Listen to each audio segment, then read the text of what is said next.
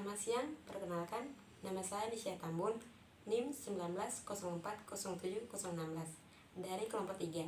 Saya di sini sebagai moderator, yang dimana saya akan memperkenalkan teman saya yaitu Gita Erlina, Alfa Ridwana, Junaidi, dan Muhammad Halim.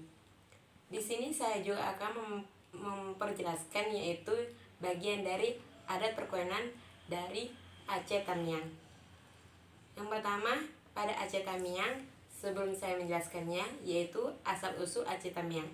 Aceh Tamiang yaitu berasal dari julukan orang Pasai terhadap daerah talukannya, yang berada pada simpangan kanan dan simpangan kiri. Pada adat perkawinan Aceh Tamiang terdapat beberapa adat perkawinannya, yang dimana satu, kawin berimpal, yang dimana perkawinan antara anak abang dengan anak adik yang perempuan. Kedua, kawin sewali dan kawin sesuku. Perkawinan antara anak abang bapak atau adik bapak atau om atau pakcik atau seterusnya.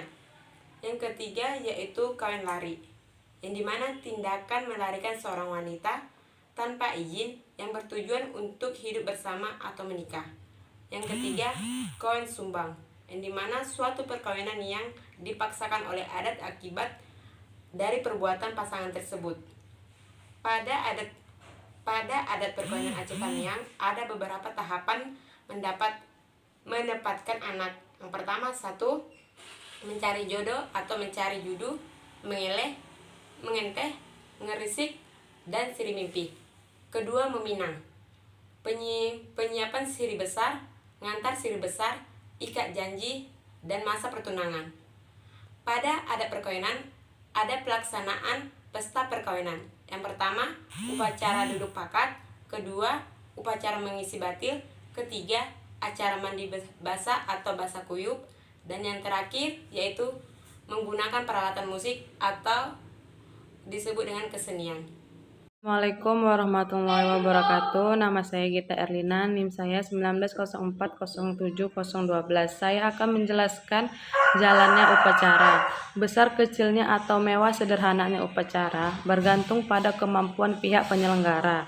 Biasanya anak pertama baik laki-laki maupun perempuan diperlakukan secara khusus dibandingkan dengan anak kedua atau ketiga, sehingga pelaksanaannya seringkali disertai dengan penyembelihan kerbau atau sapi.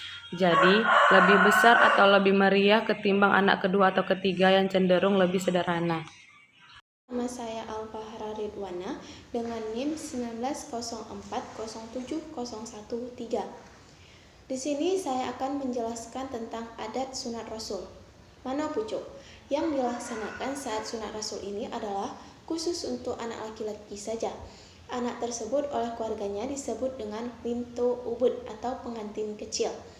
Penyelenggaraan upacara Mano Pucuk pada saat pesunat anak atau menyunatkan anak. Upacara Mano Pucuk selalu ditemui di setiap rumah-rumah yang mengadakan acara khitanan bagi anak laki-lakinya. Karena Mano Pucuk atau memandikan harus dilewati oleh sang anak. Maka untuk masuk ke dalam alam yang baru tersebut perlu kiranya tubuh si anak itu secara simbolis dimandikan dengan tujuan agar dalam alam yang baru anak tersebut sudah lepas dari segala hal yang bersifat kotor sehingga selanjutnya tidak mendapat bencana. Kemudian saya akan menjelaskan tentang adat kematian.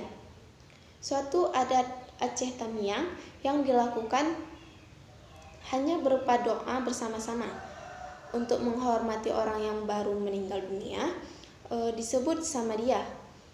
Samadiyah biasanya dilaksanakan selama 7 hari 7 malam secara berturut-turut setelah meninggal dunia. Assalamualaikum warahmatullahi wabarakatuh. Perkenalkan, nama saya Junaidi dari Prodi Pendidikan Fisika angkatan tahun 2019. Di sini saya melanjutkan penjelasan teman-teman yaitu kenduri sawah atau upacara Tren Eblang. Nah, upacara Tren Eblang ini atau turun sawah merupakan tradisi turun-temurun yang dilakukan oleh masyarakat Aceh Tamiang yang dilakukan pada musim tanam padi, dimulai dengan tujuan sebagai rasa syukur agar tanaman padi bisa panen dengan melimpah. Dalam tata caranya, mereka patungan untuk persiapan pelaksanaan. Biasanya mereka sembelih ayam dan menyediakan nasi-nasi bungkus atau bun kulah gitu. Dalam tata caranya, penyembelihan ayam tersebut harus di sawah. Nah, manfaat dilakukan kenduri belang antara lain, pertama, mengetahui berapa banyak kelompok tanaman padi di sawah dan perencanaan penanaman padi. Kedua, mengadakan gotong royong secara bersama-sama. Ketiga, mengadakan peraturan pantangan-pantangan di sawah. Hal ini dilakukan agar semua petani tetap menjaga pantangan-pantangan secara kebersamaan. Keempat, mengadakan peraturan penanaman. Hal ini dilakukan untuk menghindari adanya keterlambatan pada penanam padi. Nanti ditakutkan pada akhirnya ada yang terlambat panen padinya dan akan terserang hama dengan lebih mudah. Nah, mungkin ini saja yang dapat saya sampaikan. Saya akhiri. Assalamualaikum warahmatullahi wabarakatuh. Assalamualaikum warahmatullahi wabarakatuh. Nama saya Muhammad Halim. NIM saya 1904070111. Saya akan menjelaskan tentang upacara laut atau upacara trone laut.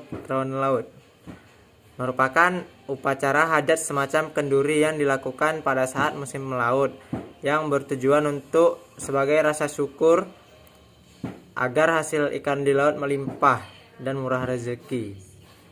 Sekian dari saya. Assalamualaikum warahmatullahi wabarakatuh. Demikianlah penjelasan dari teman-teman saya, dan sini saya akan memberikan kesimpulan pada pembahasan yang kami berikan ini, yang dimana masyarakat Aceh Tamiang merupakan masyarakat yang berpegang teguh terhadap syariat-syariat Islam.